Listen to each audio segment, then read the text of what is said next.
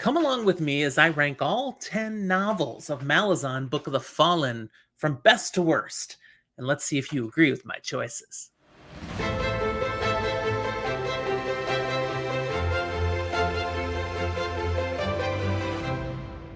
I recently finished this epic fantasy series by Stephen Erikson less than a week ago. So, as a first time reader, just having finished them, the books are all fresh in my mind. I'm in a unique position to rank the experience of reading each of these 10 books, but just as a first time reader. These books are well known for benefiting from a reread, but I haven't done that. So, just first time through, where do they fall for me? Well, let me be honest with you. There are no worst books in Malazan Book of the Fallen in the sense of there being bad books. Not at all. I loved every last one of these 10 books. But in the sense of creating a top 10 list, I have indeed taken the time to rank the books in order from the ones I appreciated the least first time through to the ones that were absolutely my favorite reads. And here's what I have and why. From the bottom, my least favorite, least appreciated, number 2 in the series, Dead House Gates. Why? Again, there's no bad books here, but Dead House Gates, for me, lacking the context of the rest of the series, was hard to get through.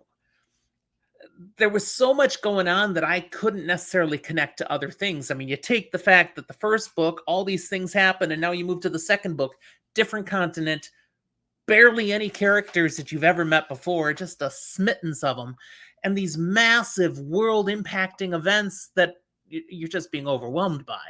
So a lot of but also most significantly, that chain of dogs, man. The Malazan army trying to get 50,000 refugees clear across the continent, 1,500 miles. And it was brutal and it took so long. This book has done well in my reflecting on it from later, but just the time of reading it the first time, definitely bottom of the list. Next one up, number 9, is the first book in the series, Gardens of the Moon. It's slightly ahead of Dead House Gates because it covered a lot more. There was a lot more going on in the book, more activity, I felt. There was more to grab my attention. But I was very lost. Again, this is a series where it just drops you into an epic story that's seemingly already underway. Now, again, hindsight. No, this is where it starts. For the core story, this is a perfect place. But it didn't feel that way when I started. I had no doubt knowing I like this kind of writing. I'm gonna stick with this series. This is for me. But I struggled with the book a bit because I just don't know enough of about what's going on. So, number 9. Number 8, we jump ahead to book 8 in the series, Toll the Hounds. Now, this is the single longest book in the series, and it has a very different tone from many of the other books, including the 2 books that are right before it, which are pretty action-packed, awesome stories that I just love. But you hit this thing, it's like, whoa. Now, it's a deep book. It's a very reflective book. Stephen Erikson has cited that its tone is significantly impacted by the fact that his father passed away as he's writing this book. So that hit him, and it's poured out in his writing. Still better than the first 2 books for me. But yeah, this one took me a long time to get through. I could only do little snippets at a time. I was never really being grabbed and, I have to keep turning the pages. But I did enjoy every page. Number 7 is book 3, Memories of Ice. Now, for me, this is where the story turns a little more into a real fantasy tale. In that now we've got a narrative that's a little more linear. I could recognize what's going on. There are some familiar places and faces in this book. And even the bigger world of Malazan that's being referenced now, I was getting enough construct behind it that I could figure out some things. So I found this very satisfying. And the ending of this book, holy crap, it was the first one where I'm really like, whoa! I mean, there were good things in Gardens of the Moon and Deadhouse Gates, but Memories of Ice, I really feel like if people make it to the third book, there's no way they're not making through all 10. So that was number 7. Next book, 6 on this top 10 list, is the very next book in the series, number 4, House of Chains. We've got a good story going on in book 3. Now, book 4, we go to something completely different. Then the whole first third, almost half of the book is a separate story with no one we recognize again. And the events actually take place before the events of books 1, 2, and 3. Now, there's actually a character in here, I think more than one, but there's a primary character at the beginning of House of Chains that we've already met back in Deadhouse Gates, but we have no idea yet. You don't put that connection together. You get it on a reread. I understand how this would make a lot more sense and be very satisfying then. But I just enjoyed that separate story, even though it seemed so disconnected. And then we move into something that feels like a sequel, follow up to Deadhouse Gates, which was a great story. I totally enjoyed the rest of House of Chains. Actually, I really kind of like this story. So that's number 6 on my list. Next, number 5 on the top 10 is Dust of Dreams, book 9. I wasn't really sure where I would put this. I mean, I maybe could have put it a little lower, but I'm far enough into the series now as I do book 9 that I'm starting to sense I'm almost at the end. Now, book 9 is really the beginning of book 10. These two go together. It's one big story. So that has in its favor why book 9 is a little higher on the list.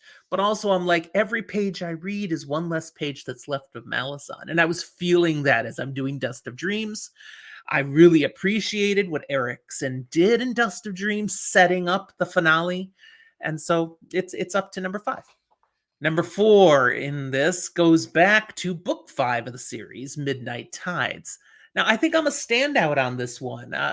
I hear from other people, many of them, this is not their favorite. This is like one of their lowest. But I got to Midnight Tides, and it's a totally different story for most of the book. And I'm like, I just like this story. I've been having to work to understand what's happening in the first 4. I don't have to work so hard in this one. I'm just reading a straight out fantasy tale. And all the books find ways to put elements of humor into it. Deadhouse Gates, not very much. That's a dark and depressing story. But Midnight Tides is packed with humor. There's just so much that's comical. I mean, T-Hole Benedict, are you kidding me? And Bug. And there's more, of course. There's much more in this book. I really enjoyed the experience of reading Midnight Tides. It came at a point in the series that for me, it was like a breath of fresh air.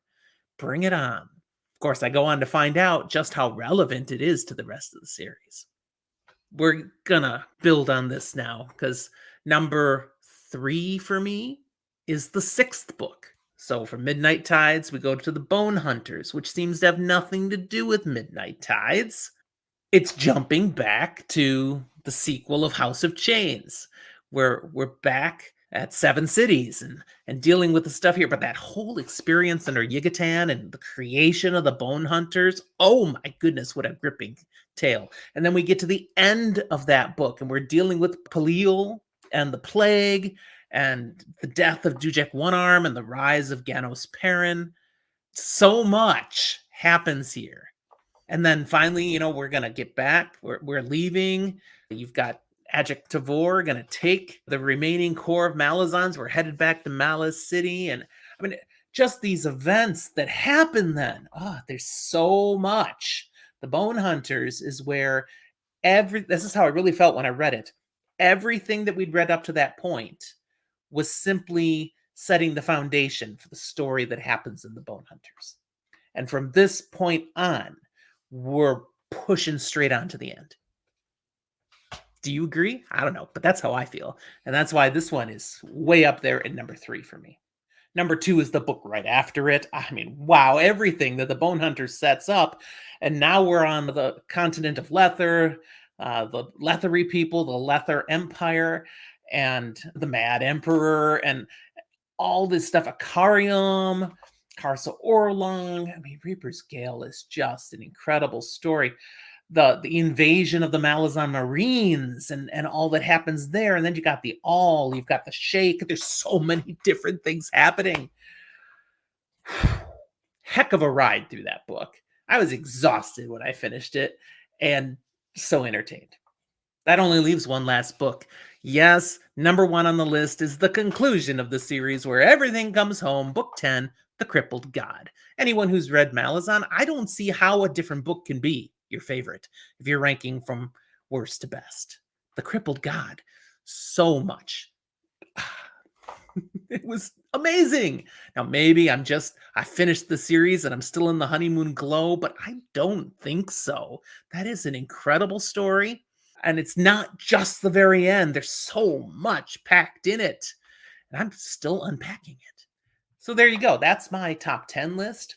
Interestingly, as I've reflected on these books, I've really tried to stay true to how I felt about them when I first read them. But just going through these stories again and thinking through the details, I'm pretty confident on a reread, my order will change. Because I'm just going to have so much more fun with some of these other books, appreciating them, especially Gardens of the Moon and Dead House Gates.